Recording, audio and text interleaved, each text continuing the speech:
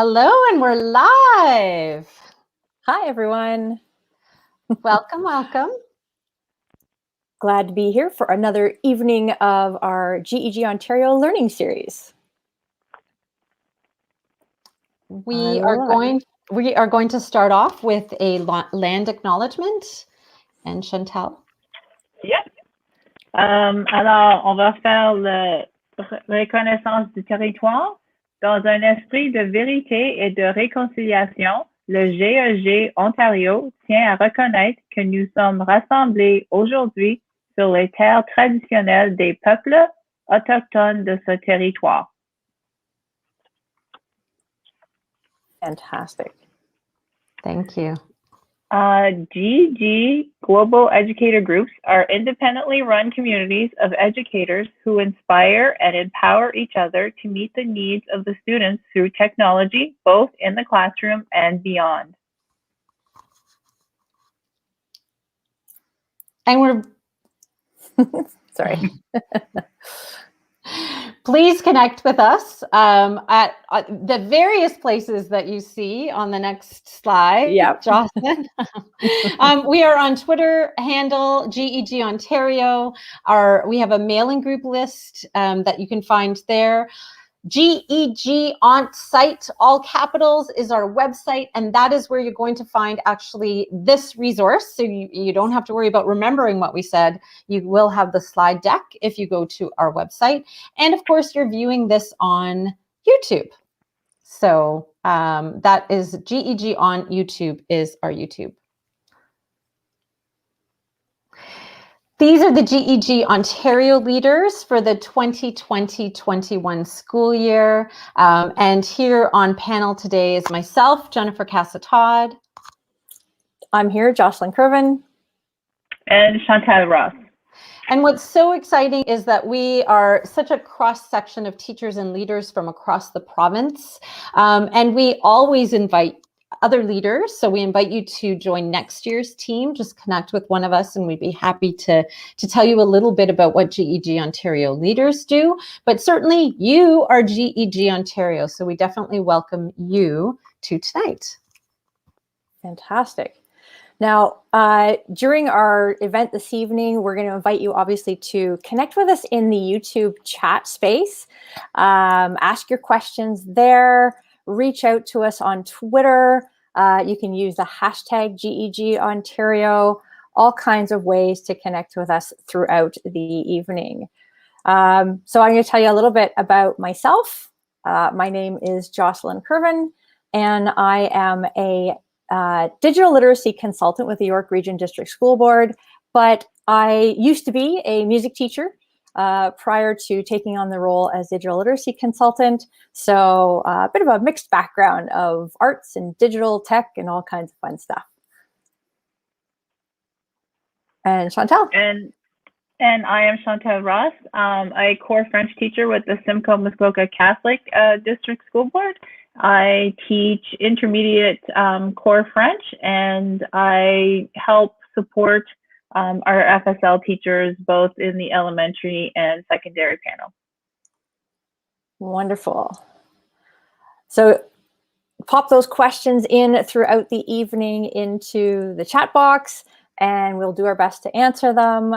Subscribe to our YouTube channel too, because we are doing these learning series on a regular basis, and that way you will get notified about any upcoming events or webinars.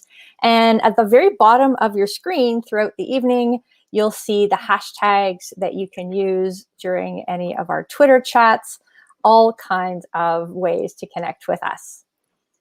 We wanted to start off with a fun little activity this evening. I thought that, we're heading into Valentines week. It's kind of a sweets and treats week. This coming week, we've got Lunar New Year, Family Day ahead of us. So all kinds of fun reasons to celebrate with the friends and family around you. And that might include some fun little treats. So if you had to sort of remove one of these wonderful little treats that are on our screen at the moment, which one has got to go for you? I don't know about you guys. I'm very much a chocolate fan. I'm thinking I love the little sayings on the little sweethearts, but those ones would have to be the ones that go for me, I think. What about you folks? Jen or Chantal? I was thinking more, I love the strawberries and I love chocolate, but if I'm gonna have chocolate, I don't know if I want fruit as well. I just want to have all chocolate. So for me, it would be the strawberries. Oh, we definitely disagree on that, Chantal. And we're just like, we're so in sync on so many other things. No, I'm with you, Jocelyn. The non-chocolate things, they have to go. Would love to hear what has to go for you. And this is just such a great thing to do with your kids too. Get them chatting about what they love and don't love. So that's awesome. Thanks, ladies. And now I'm hungry for chocolate.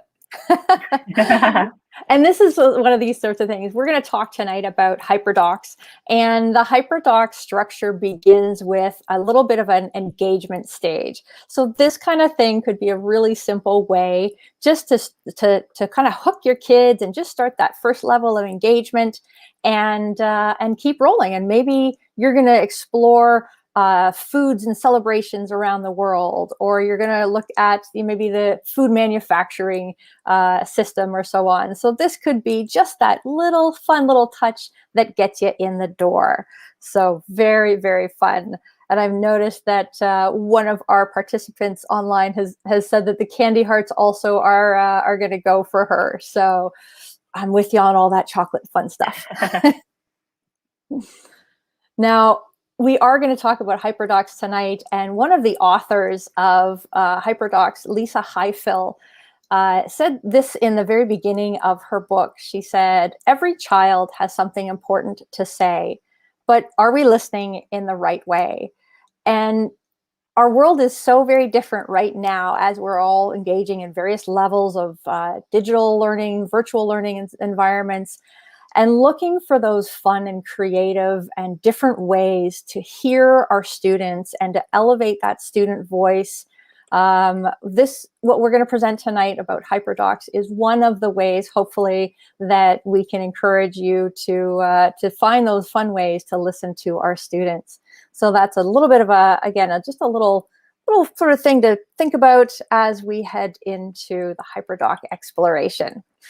Everybody ready to go? Let's take a look at all of this. So we're going to start with, what are Hyperdocs? It's a word that we hear sometimes. We kind of hear a little bit about, anything with the word hyper in it. We're like, okay, I understand that. That means I've linked it somewhere, right? It can be a little bit more than that, ideally. So Hyperdocs are fully packaged pedagogy in one location. And ideally, it's going to be something that's kind of going to transform that lesson plan or that unit and take it from a focus where it's teacher-led to something that is a little bit more student-driven and inquiry-based. And the students are going to really get at that learning and that content through exploration. So it begins with a really clear pedagogical structure. So it's all packaged in one place, whether that is using something like Google Docs or maybe even Google Slides. Either way, it's the structure and that pedagogy and that intention that is behind the actual planning. So it begins with our engage stage and it moves on to exploring things a little bit further. We move into explaining it so that the kids really understand what you're going to ask of them, because then you're going to ask them to apply it and ideally share it with an audience, whether that is you as the teacher or a broader audience beyond just you. Invite some reflection, because that's how we move our learning goals forward, and perhaps offer some extension. So that is the basic structure in the Hyperdoc world. And it allows us to really embrace those transferable skills, the 4 C's, creativity and critical thinking, collaboration and communication. And it also allows you as the teacher to start to sort of find your way in amongst the SAMR model, we talk about these pieces of substitution, augmentation, modification, and redefinition. And sometimes we see that as a very linear sort of structure. But we want you to sort of understand that it can be extremely fluid. So like a swimming pool, it can be something where you might just dive right into the deep end and jump in and go for gold. But you might also hang out back in that shallow end whenever it's necessary, and just stay there when it's the best fit for your learning environment. So using something like Hyperdocs and this really neat kind of packaging allows you to kind of maybe swim some laps back and forth and experiment with different levels of that SAMR model. Now, the Hyperdocs structure is kind of designed, initially, it was sort of originally designed to live in Google Docs, which is where the hyperlink and the Google Docs kind of met, and it became Hyperdocs.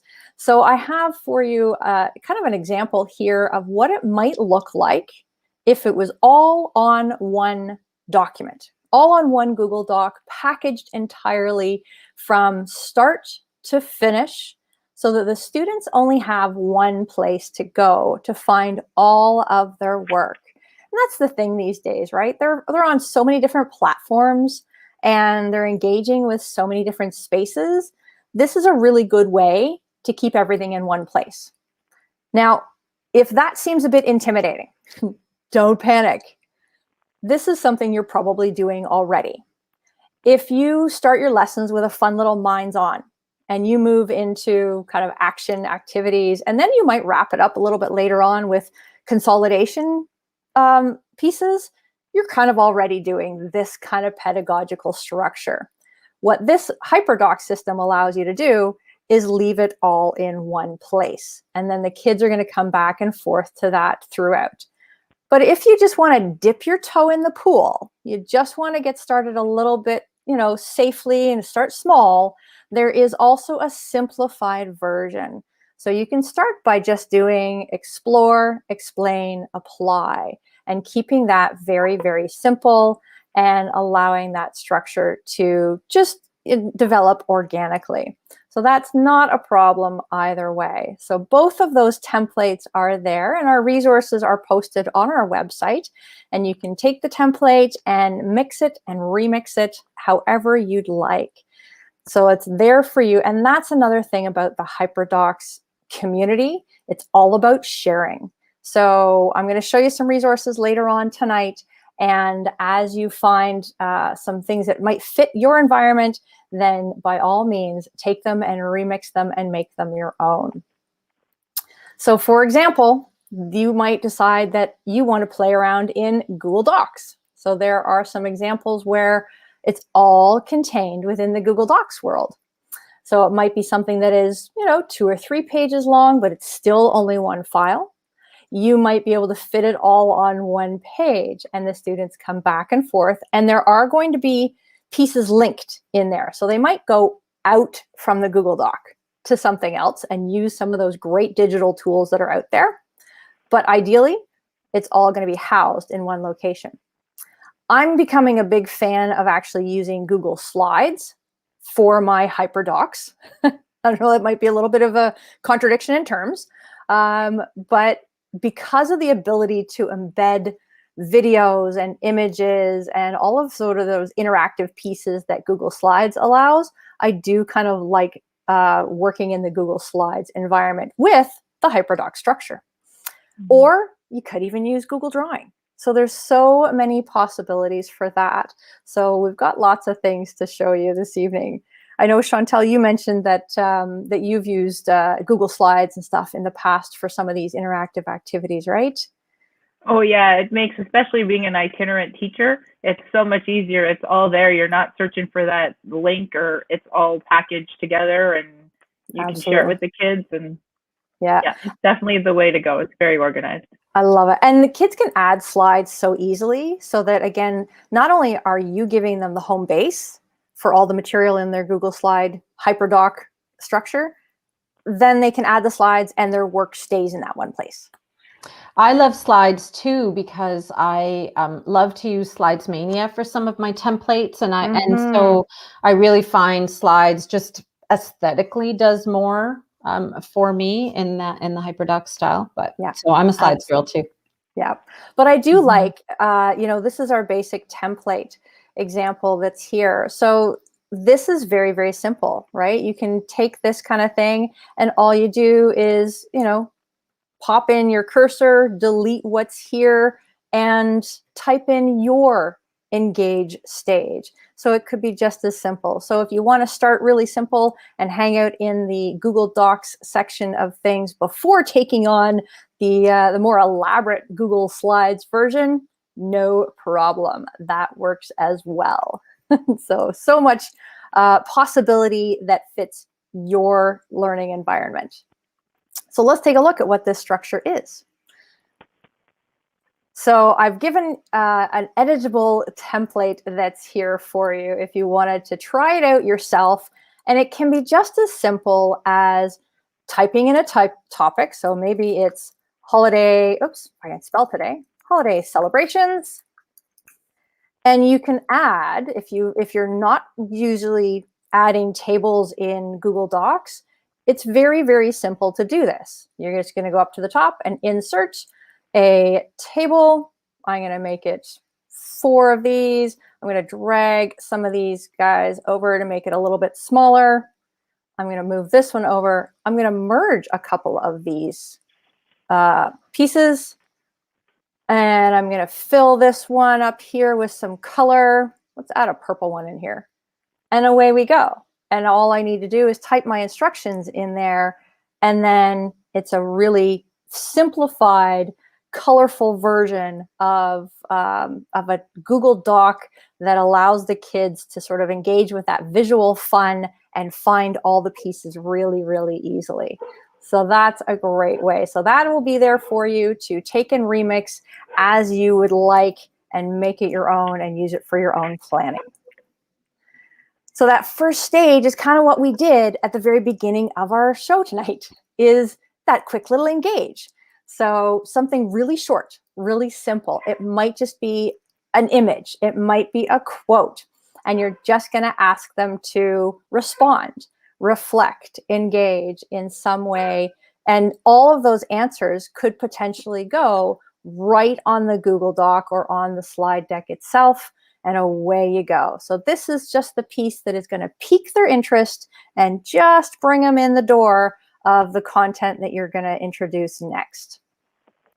After that, now you're going to explore this a little bit more in detail. So you're going to dig a little bit deeper. You're going to provide them with probably a collection of resources or a curated collection. Might be a few articles to read. It might be a couple of videos to watch, but something that you perhaps have already curated and added to a list or a playlist maybe on YouTube, and you're going to ask them to explore a little bit further. Now you're really starting to introduce the concept and the topic. By the time you get to the explain stage in your Hyperdocs, this is where you could come back to some of that teacher-led direction. So this could be really specific direct instruction, or it could still be concept attainment. So you could be asking the students to take a look at, a few pieces of narrative writing, and you're going to ask them to explain, well, what makes it effective? What do you see? Maybe they're going to be creating a public service announcement, a PSA, or a poster campaign. Well, let's look at some great examples and see what kind of things we might be aiming for, or what makes a good presentation or a good spoken word presentation or speech. So what are some of those things that we might be looking for in our end result so that they know what your expectations of them are going to be? So you can explain it, or together you can explore it and be ready for that next stage of the Hyperdocs when we get into applying it all. So this is where you're going to take everything that they've learned and you're going to ask them to do something with it. So it might be, creating their own self-care plan. It might be, again, creating some sort of awareness campaign. It might be asking them to make a choice about something and be very persuasive and have lots of that background information for their persuasive arguments. And you can use these digital tools. So depending on what tools you and your class and your school have available, it could still all live right within the Google Doc or the Google Slide, or you could use something like Flipgrid. You could be using Screencastify for making screencasts and videos, whatever you have available to you in your region. These are where some of these digital tools come into play and could be lots of fun for the kids. So inviting that digital level. Oh, Jamboard. You know what? Jamboard is a great way to get the kids involved in their learning and sharing some of those ideas. Absolutely. Love that. And then, of course, you're going to look for ways to share it. And it could be as simple as sending it back to you. So they're submitting it as an assignment. So you're using Google Classroom, you're using D2L Brightspace. How are they submitting that to you? Have you got a folder in a Google Drive that they're going to drop all their materials into? Or are they going bigger? Are they sharing it with an authentic audience that is outside your classroom, or maybe it even within the school? Maybe it's a school poster campaign. So you can go you stay small and safe for those first maybe levels of things, but share it out. And again, how are we having those students use their voice and amplifying that kind of opportunity for them, whether it's just within their classroom. And of course, we're all looking for those ways, especially in our digital world these days, for students to share with each other. So having those different channels of sharing available, whether it's to you as a teacher, with each other as students, or with a broader audience, that share piece is a really great level in the Hyperdocs structure. And then it's always important to ask them to reflect as they set new goals, as they take the learning that they have already experienced and look for ways to connect that to the next piece that you might be bringing into the curriculum content. So how can we make those connections? How can we connect it back to the original learning goals? So asking them to reflect on their learning, building out those next steps is really important, both for them and maybe even yourself, inviting some feedback. So this might be a stage that you ask for that reflection, not only for the students in their own learning, but reflecting on the process and the activity that they've engaged in, so that you as a teacher and group can make it even better the next time you want to take it on. And then finally, the opportunity to extend the learning. So going even just a little bit further, maybe some enrichment activities. Maybe you're going to give them a playlist of videos or another round of resources that they can take that and look a little bit further if they would like to. And again, keeping that idea of let's connect that learning all together throughout all of our pieces. So those are a little bit about the 7 stages of the Hyperdoc structure. And there are some really neat ways to build that out, both within the Hyperdocs or by using multimedia text sets and choice boards. And you might have heard of these. I just want to go back to the extend for a second. Absolutely. I feel like, I mean, certainly all the stages are really powerful, but I know that when we're sometimes like we're teaching to the middle, right? We're teaching to this the student. And there are students that require more support. So all of the materials are there, which is why Hyperdocs is so great. But there are those go-getter students that sometimes like are the ones that are going to go to those extend activities. And I find that often we don't give opportunities. I know my daughter was in the gifted program, and she was so often looking for extension activities. So I love, much so. yeah, I love that. And I know that Chantal is going to tackle this next, but what is not a hyperdoc is just a link, just a doc with tons of links on it, that these stages are super, super important. And I think the way we talk about it is important, because I remember having to say to someone, that's not a hyperdoc, that's just a web quest, or that's just a document with links on it, right? That's right. That those pieces are super important as well. Yeah, it's that pedagogical progression, right? It's the and that's the other thing too. They are really fantastic for this environment that we really find ourselves in, where we may be back and forth between face-to-face and virtual. You know, if it's all in one place and all the pieces are kind of ready to go, if you have to shift gears all of a sudden, you're ready to go.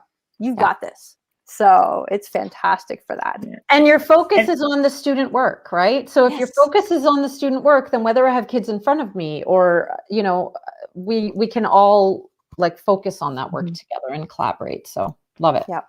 Okay, I'll be quiet and now. I know in our board, we have the hybrid model at the moment. So I know that this would be awesome, you know, to merge the two together for sure. Definitely. And that's where some of these, like the multimedia text sets, MMTS, you might see them if you're a Twitter person and you're looking at some of those shorter hashtags. MMTS means multimedia text sets, where you're dumping all kinds of media options in the center or on that game board kind of design, right? And the students can choose, again, allowing that student choice. They can choose how they begin to engage. Maybe they're going to start over here and they're going to go explore this one first. And maybe the next time they come back to it, they're checking out the little one, you know, the bottom left or bottom right. And they might be filling them in. So they might use that color tool to drop them in there and fill them in as they progress, so that you can absolutely see where they've worked and how they've gone on from there. And there's even a Valentines one linked in here for you. Lots of fun tools. I can't take credit for having created that. That was shared with me by the Hyperdocs newsletter that I get on a regular basis.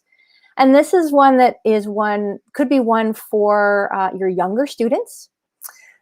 Game board kind of style, very simple, audio linked in.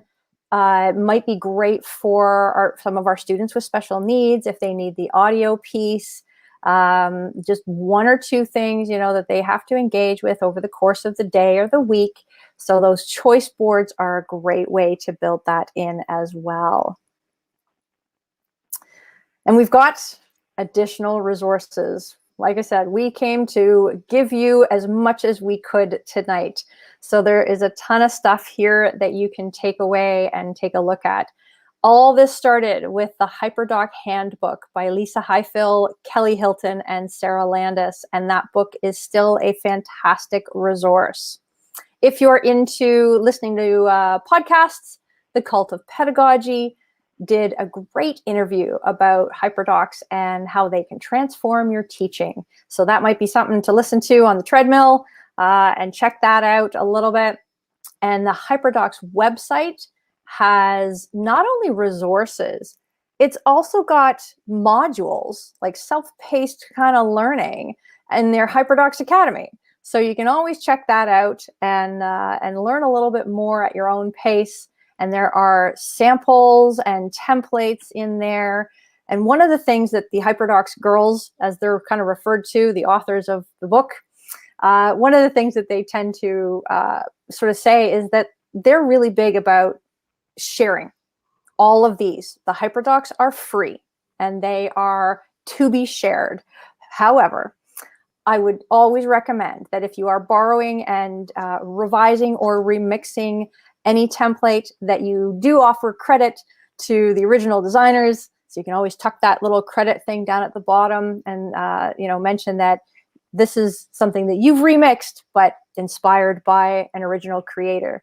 But the Facebook Hyperdocs group, if you're a Facebook user, this is one of the most generous communities I have been part of in Facebook. People jump in on that one all the time and say, hey, does anybody have a hyperdoc about the story Wonder? And somebody will inevitably say, yes, as a matter of fact, here you go. Or they'll come on to the Facebook group and say, I just made this hyperdoc about this subject. Here you go. And they'll just post it and away they go. Or if you're trying it out, you can jump into the Facebook group and say, hey, I put together this hyperdoc. I would love some feedback. And people will share and be so, so generous about it.